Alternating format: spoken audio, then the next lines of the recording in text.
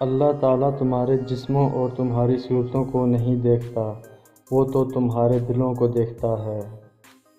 اللہ فرماتا ہے جب کوئی تم پر ظلم کرے تو میرے انتقام پر راضی ہو جاؤ، کیونکہ میرا انتقام تمہارے انتقام سے بہتر ہے۔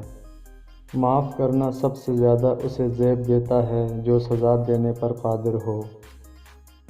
دو عمل ایسے ہوتے ہیں جن کا ثواب کبھی تولا نہیں جاتا، معاف کرنا اور انصاف کرنا۔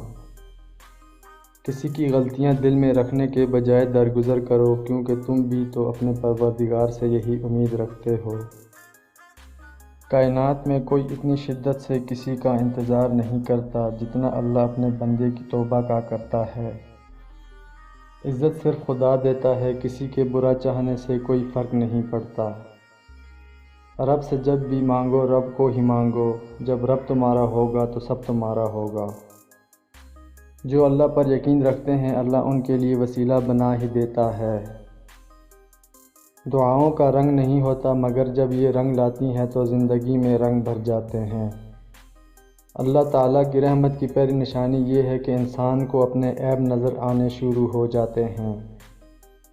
توبہ کا خیال خوش بختی کی علامت ہے، کیونکہ جو اپنے گناہ کو گناہ نہ سمجھے وہ بدقسمت ہے۔